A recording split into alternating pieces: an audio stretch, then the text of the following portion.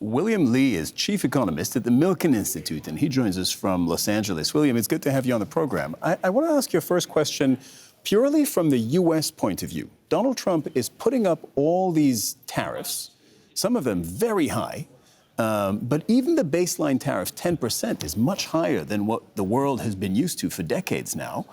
And he's doing all this for two reasons, at least the ones that he's publicly explained, that he says the U.S. is going to be taking in lots of money with these taxes and has already begun to do so. And number two, that it will force companies to reshore, so to bring jobs back to the U.S. and manufacture there on American soil.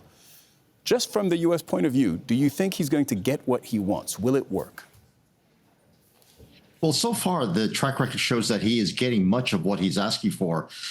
Every deal that has come with a low tariff rate toward the 10-15% level has been associated with massive amounts of commitments to invest in the United States. The deal that he's been offering everyone has been, you partner with the U.S., invest in the U.S., create jobs in the U.S., produce here, and you will reap the benefits of lower taxes and higher profits. And you can make your own country better off by allowing the production to be here and repatriating profits rather than shipping the goods that are made abroad.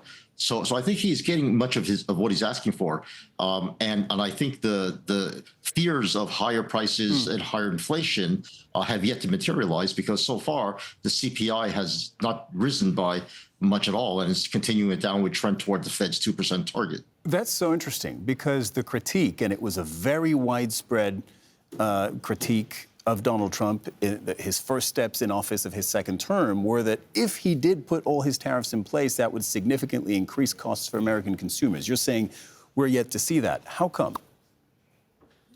Well, there's a lot of offsets to the higher prices in coffee and some of the imported goods with lower energy prices and efficiency gains that have come through the massive amounts of investments that have taken place so far.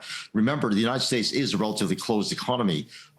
Consumers' dollar is generally 70% spent on domestically produced services, 30% on goods, and of the 30% on goods, only about a quarter of those come from abroad. So you see that the share of the consumer basket that's spent on imported goods is really quite small. And the tariffs so far have really not shown up in the CPI or have been offset by the decline in service prices in other areas.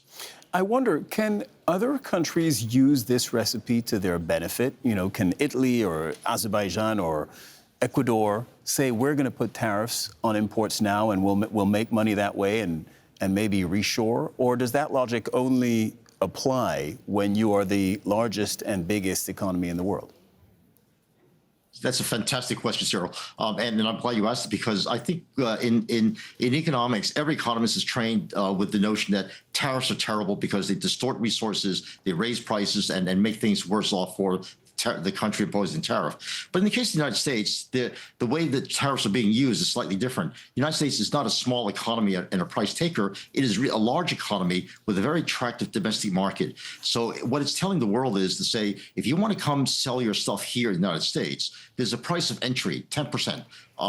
And that's to allow you to access our marketplace. But you get a better deal if you are able to shift some of your capital to the United States, where the rate of return on capital is really the highest, because the United States is a source of innovation. And by placing capital here and investing in the United States and producing here, you will be better off in being able to have not only no tariffs, but you will also have the benefit of opening up your own markets to American investments coming into your country.